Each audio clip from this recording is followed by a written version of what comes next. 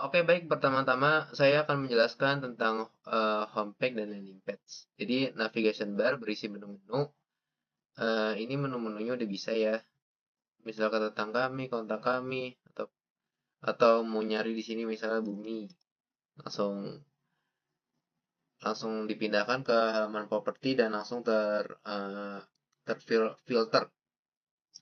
Selanjutnya ada hero selection berisikan informasi umum atau informasi dalam bentuk carousel. Jadi di sini ada sudah ya, ada bisa di slide gitu.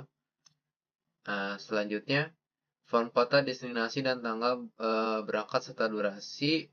From destinasi berupa drop down pemilihan tanggal kalender, dan ini pilihan kota destinasinya. Habis itu ininya sesuai dengan uh, ada kalendernya. Habis itu di sini ada minimal guysnya, misalkan saya search propertinya udah bisa langsung ke filter. Selanjutnya footer berisikan informasi tambahan dari aplikasi yang dibuat.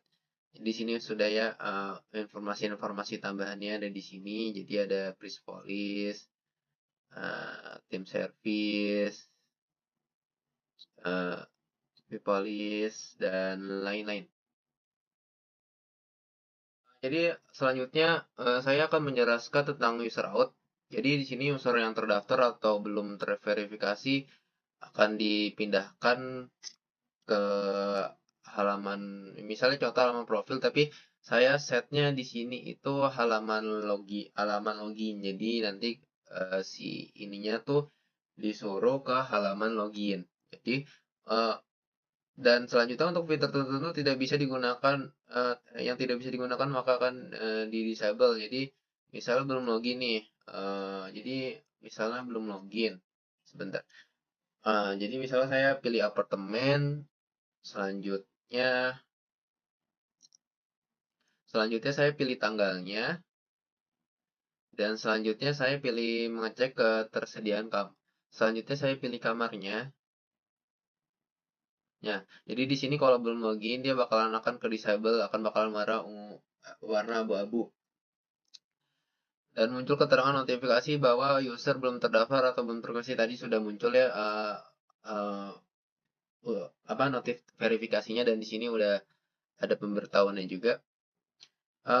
Selanjutnya masing-masing jenis user memiliki akses yang berbeda satu sama lain. Contoh misalnya ketika sebuah akun didaftarkan untuk menjadi tenan, maka dia tidak bisa mengakses fitur-fitur pada user biasa, dan begitu juga sebaliknya. Jadi itu udah diimplementasikan juga. Misalnya saya login sebagai user di sini, habis itu saya mengakses halaman dashboard tenan. Jadi di sini saya akan kepental gitu ke halaman profil sendiri gitu. Jadi ada notifikasinya juga, tidak bisa. Atau enggak misalkan saya login sebagai tenan. Kalau login sebagai tenan itu ada di sebelah sini, owner tenan. Nah, uh, sebentar ini. Nah, jadi kalau saya login sebagai tenan, maaf, kalau saya login sebagai tenan, habis itu saya berusaha akses untuk fitur oleh user itu tidak bisa ya. Itu bakalan ke pental juga sebelumnya. Bakalan you do not permission. Nah, tidak punya akses. Jadi dia bakalan terpental kembali ke halaman dashboardnya. Oke, jadi di sini saya akan mencoba, jika akunnya belum terverifikasi, itu ketika saya eh, mau menggunakan fitur-fitur kayak misal ke sini. Jadi akunnya harus diverifikasi terlebih dahulu ya. Dan misalnya untuk fitur lainnya juga seperti eh, ulasan saya, itu akunnya harus dimintai verifikasi dulu. Jadi selanjutnya saya akan menjelaskan tentang user regis. Jadi user dan tenant dapat melakukan regis pada aplikasi. Jadi di sini saya keluar dulu. Jadi user dan tenant itu dapat melakukan regis. Misalnya ini untuk user, dan yang kedua itu halaman regis kedua user ini akan berbeda karena pastinya akan ada perbedaan data. Nah, jadi sudah saya pisahkan juga halaman untuk login user, dan ini untuk login tenannya ya, owner login. Ini untuk login tenannya, dan ini untuk regis tenannya udah saya bedakan. Selanjutnya proses registrasi bisa menggunakan email social login. Nah, jadi di sini sudah bisa ya, saya menggunakan Google. Sebentar. Nah, saya regis menggunakan Google.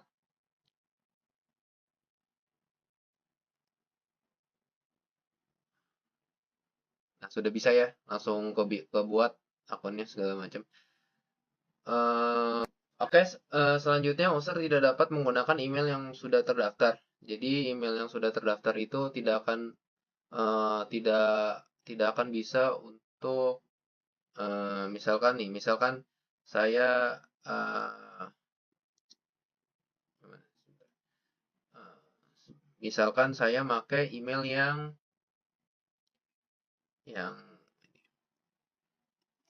ini sebelumnya emailnya sudah terdaftar.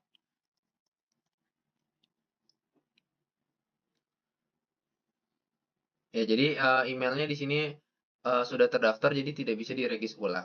Jadi untuk selanjutnya, untuk regis menggunakan email tidak perlu untuk memasukkan paspor pada tahap ini. Jadi tidak menggunakan paspor ya pada tahap ini. Jadi paspornya di tahap selanjutnya. Misalkan saya create akun ini. Dan selanjutnya untuk registrasi menggunakan email, user akan dikirim email untuk dapat memverifikasi data juga memasukkan paspor. Jadi sebentar, ini emailnya sudah terkirim. Saya pakai email yang ini. Nah, jadi emailnya di sini sudah terkirim ya. Kan kita akan mencoba fitur regis yang tenannya ya. Jadi yang tenannya itu dia bakalan ada full name, email address, sama company name misalnya, company address sama nomor telepon.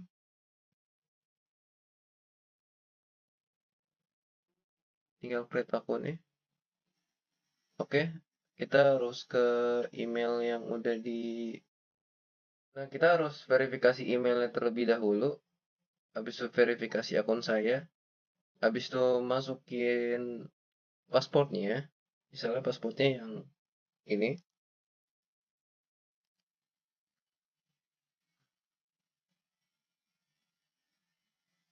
Oke, sudah berhasil ya. Untuk login, kita tinggal login yang untuk tenannya saja.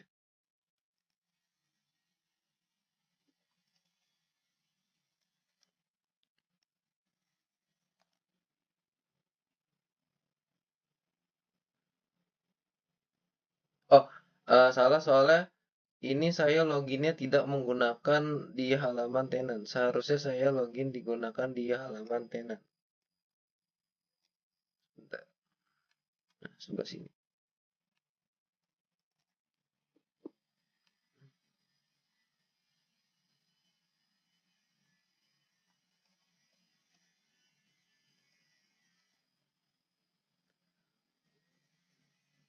Nah, login sudah berhasil ya.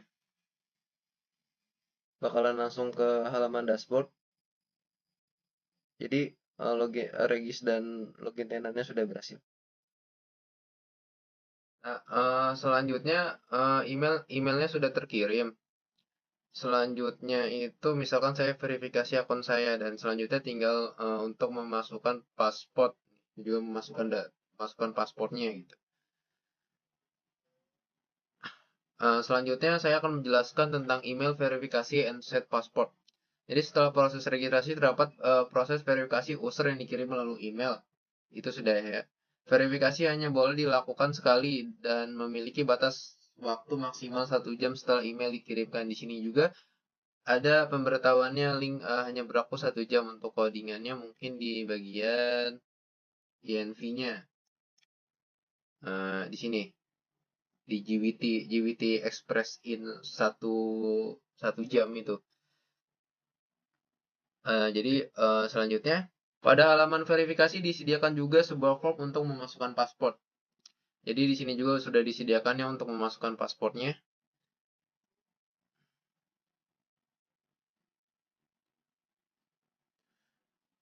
Proses verifikasi dilakukan bersamaan dengan memasukkan paspor.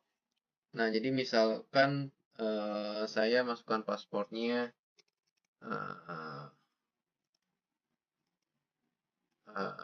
user, ini masukinnya user testing 1 2 3 saja ya. Ctrl C, Ctrl V. Habis itu verifikasi. Nah, ini kita tunggu dulu.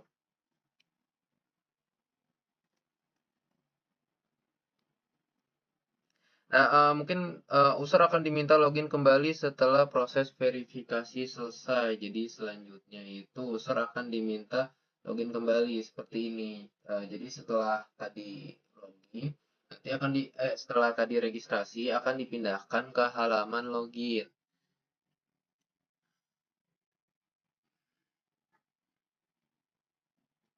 Dan paspor harus dienkripsi di database. Jadi paspor di sini ada enkripsinya. Nah, ini yang baru, Selviana 01. Nah, ini enkripsinya sudah. Habis itu memverifikasi email jika statusnya belum terverifikasi. Karena ini sudah statusnya sudah terverifikasi. Jadi sebelum itu coba kita.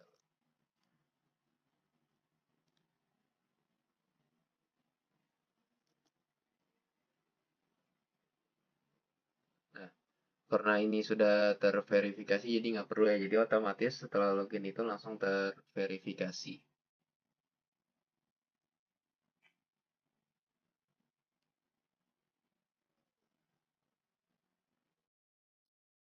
Oke, selanjutnya user yang belum terverifikasi tidak bisa membuat pesanan. Misalnya sebagai contoh, saya membuat pesanan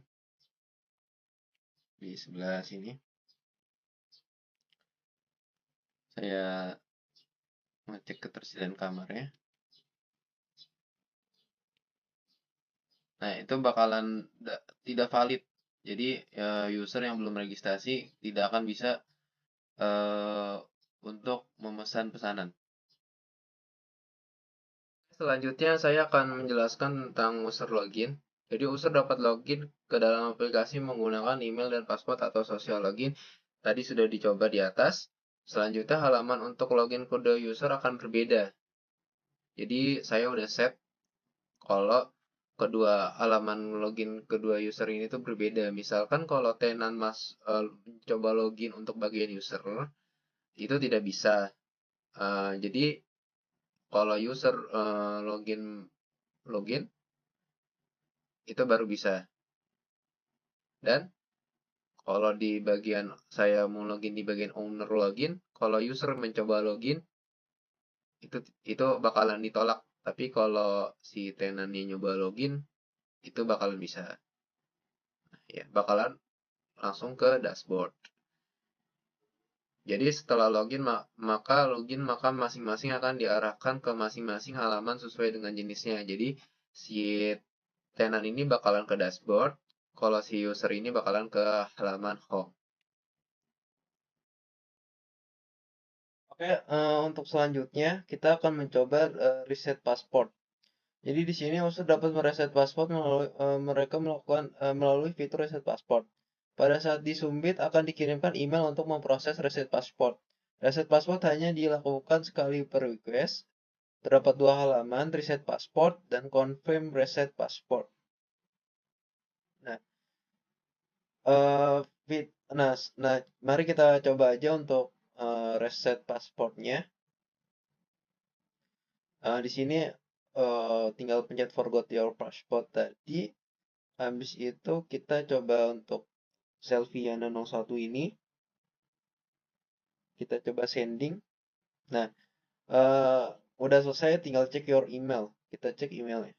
Nah, ada yang baru di sini. Nah, di sini ada link untuk reset passwordnya. Dan ini untuk reune pasport. Misalnya pasportnya kita ubah jadi yang gampang, user testing 321. User testing 321.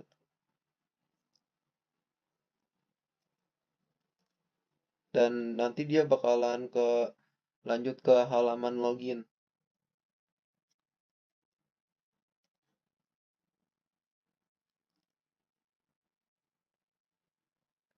Ya sudah bisa ya, untuk reset pasportnya berhasil.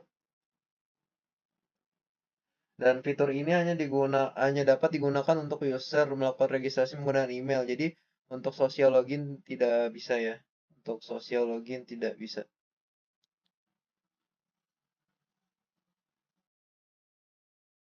Oke, baik. Selanjutnya saya akan menjelaskan tentang user profil. Jadi user dapat melihat detail profil mereka. Seperti ini mungkin detail profilnya. User dapat memperbarui data personal termasuk paspor dan juga foto profil. Pasportnya bisa kita ubah. Profilnya juga bisa kita ubah. Habis itu validasi terhadap foto yang diupload, extension yang diperolehkan hanya JPEG, PNG dan GIF. Jumlah maksimal satu ini udah kita iniin di front end bagian profil tabs, di komponen profil bagian profil tabs, tapi kita nggak ini. Mungkin kita coba fitur-fiturnya. Jadi yang pertama untuk foto profil kita pakai random foto aja misalkan yang ada gitu. Saya simpan perubahan.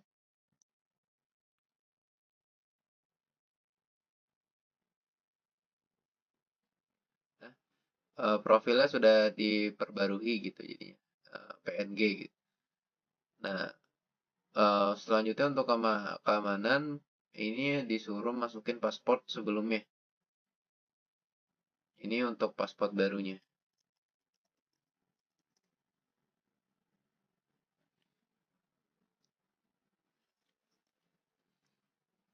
Paspor berhasil diubah. Oke, di sini saya akan mencoba fitur untuk mengganti email. Misalnya saya pakai email yang ini, saya ubah emailnya. Nah, jadi eh, akan eh, alamat email yang lama itu akan dikirim untuk verifikasi untuk email baru. Nah, seperti ini. Tunggu sebentar.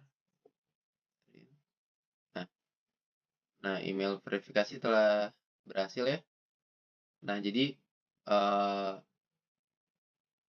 sudah terganti akunnya. Jadi Gmailnya sudah terganti, tapi harus diverifikasi terlebih dahulu. Misalnya saya kirim ulang verifikasi untuk, nah, saya kirim ulang verifikasinya untuk email yang barunya ya. Ada yang baru. Nah, di sini tuh disuruh masukin paspor ulang.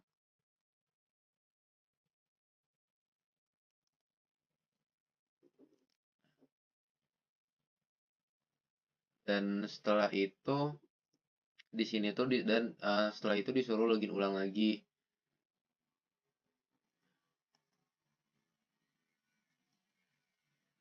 Menggunakan paspor yang baru. Terus loginnya berhasil, kita ke akun, namanya tetap sama ya, tapi emailnya sudah berubah dan emailnya juga sudah diverifikasi. Oke, baik, saya akan melanjutkan untuk properti dan properti katalog dan search. Jadi di sini user dapat melihat properti yang ada pada aplikasi berdasarkan form filter pada landing page. Properti yang ditampilkan hanya jika properti tersebut masih belum disewa oleh seseorang. Jadi ini tampilan properti yang belum disewa sama seseorang. Habis itu price yang muncul pada suatu properti merupakan price dari sebelum room yang available dengan harga terendah. Jadi misalkan ini yang 1.250.000, kita klik.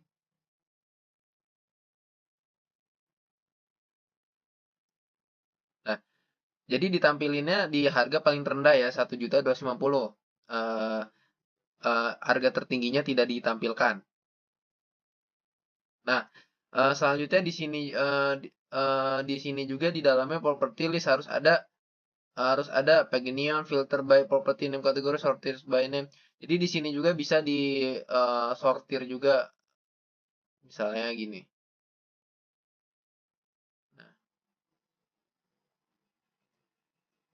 Nah, bakalan ke sortir jadi sisa segini. Habis itu ada juga di sebelah sininya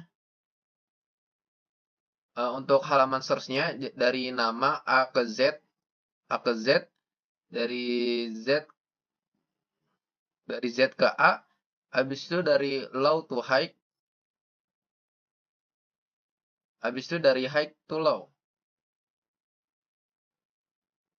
Nah, nah kita juga bisa dari misalnya kategorinya kita hotel. Nah, villa, apartemen. Nah, jadi udah bisa ya semuanya. Untuk namanya misalnya kita mau nyari yang grand ini. Misalnya grand. Saya enter. Nah, jadi udah ke filter grand hotelnya. Oke, baik. Selanjutnya property detail. Jadi di sini udah ada property detailnya, udah saya pilih. Halaman detail informasi tentang sebuah properti ini detail informasinya. Habis itu dapat menampilkan jenis room dari sebuah properti yang dipilih. Nah, ini ada roomnya di sini, select to room. Habis itu user dapat melihat dan memilih tanggal lain untuk kalender pada kalender tersebut. User juga dapat melihat perbandingan harga di setiap tanggalnya paling kurang dalam 1 bulan yang ditampilkan pada kalender. Oke, di sini udah ada ya untuk harganya. Misalkan ini harganya dari 4 sampai tanggal 13. Ini lagi muter. Nah, jadi di sini udah ditotalin nih dikali 9 jadi 11 juta. Atau enggak contoh lainnya misalnya sampai tanggal 16, sampai tanggal 16. Nah, ini juga udah ditotalin misalnya dikali 12 jadi 30 juta.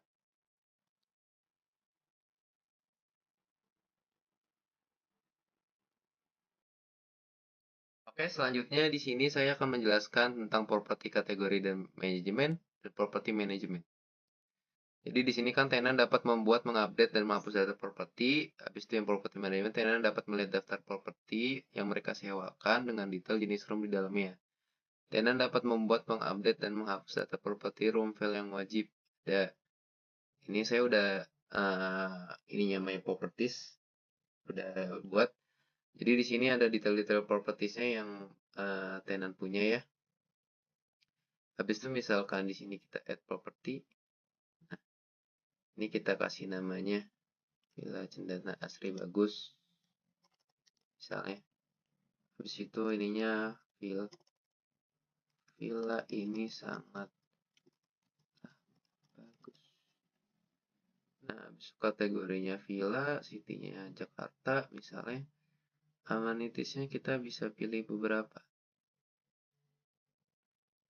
Nah, untuk fotonya juga bisa. Ini saya pakai foto random untuk sebagai contoh. Nah, tinggal saya save doang. Sebentar.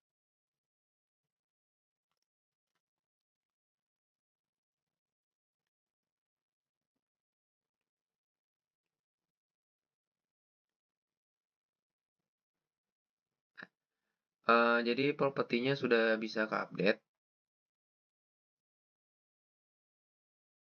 Oke, selanjutnya saya akan mencoba fitur untuk mengedit properti.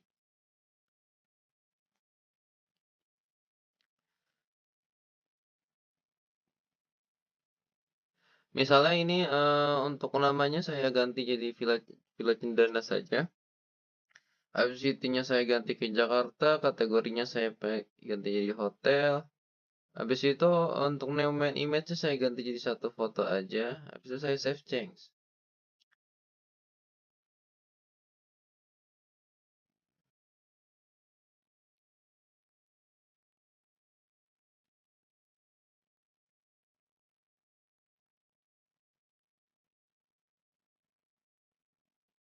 Oke, jadi di sini sudah keganti ya. Namanya jadi Villa Cendana aja. Lokasinya berubah jadi Jakarta. Untuk melihat detailnya, nah ini jadi satu doang ya untuk main untuk image-nya. Ini untuk main image-nya.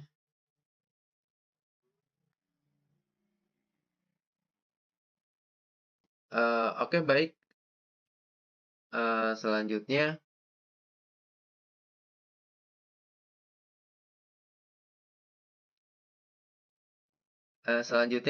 itu room management. Jadi satu properti bisa memiliki beberapa jenis room yang dapat disewakan. Misalnya ini. Misalnya kita pakai contoh room yang ini. Maaf salah. Misalnya kita sebagai contoh pakai room yang ini. Sebentar lagi loading.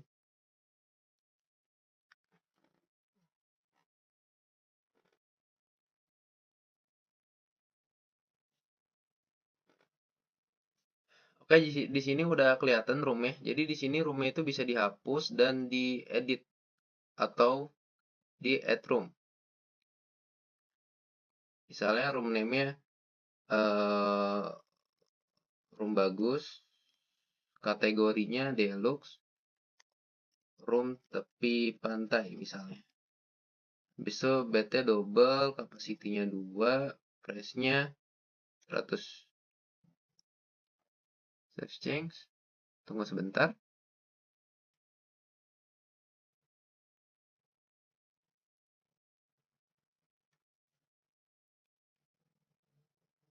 Ah, create room sukses. Jadi roomnya sudah sukses untuk dibuat.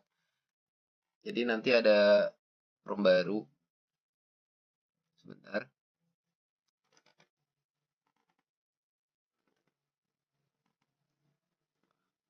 Nah, roomnya sudah terbuat. Di sini room juga bisa diedit. Misal saya edit jadi namanya jadi room aja gitu, atau enggak kategorinya jadi standar. Terus saya save.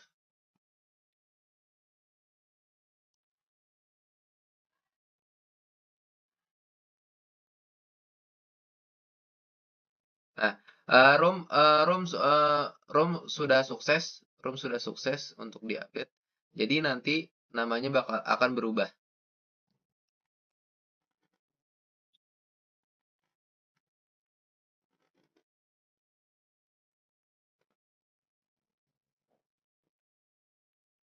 Nah, roomnya namanya sudah berubah. Selanjutnya saya akan menjelaskan tentang room available and peak season dan peak season rate management. Jadi sebagai contoh di sini ada manage availability. Jadi di sini ada kalender yang menunjukkan harga harga. Jadi sebentar. Nah, ini ada harga-harganya. Jadi kita di sini bisa set juga. Misalkan eh kita set kalau di tanggal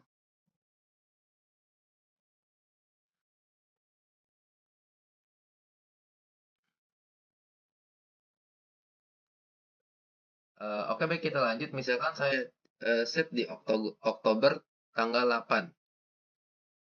8 sampai 10 misalkan. Sebentar lagi loading.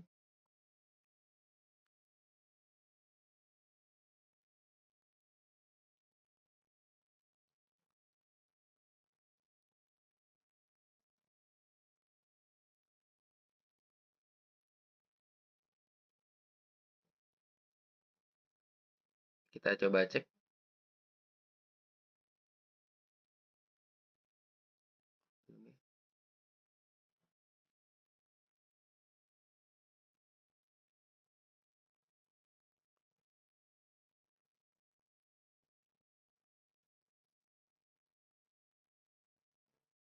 Nah, jadi di bagian sini udah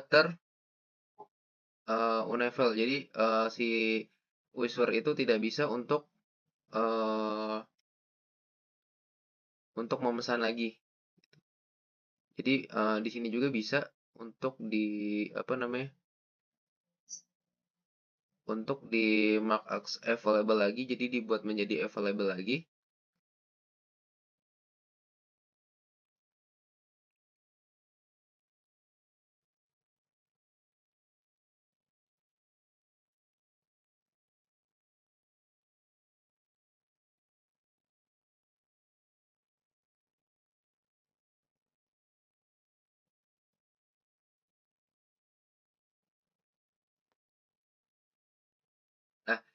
Nah, jadi sudah ya, dibuat menjadi available lagi tadi untuk tanggal 7 dan tanggal 8 ya.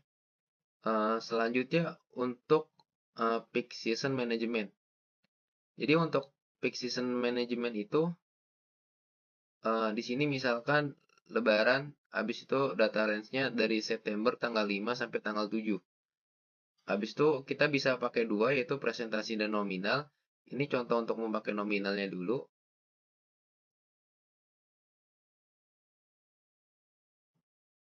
Dan kita buat sebagai contoh untuk memakai presentasi. Misalnya presentasinya 10%.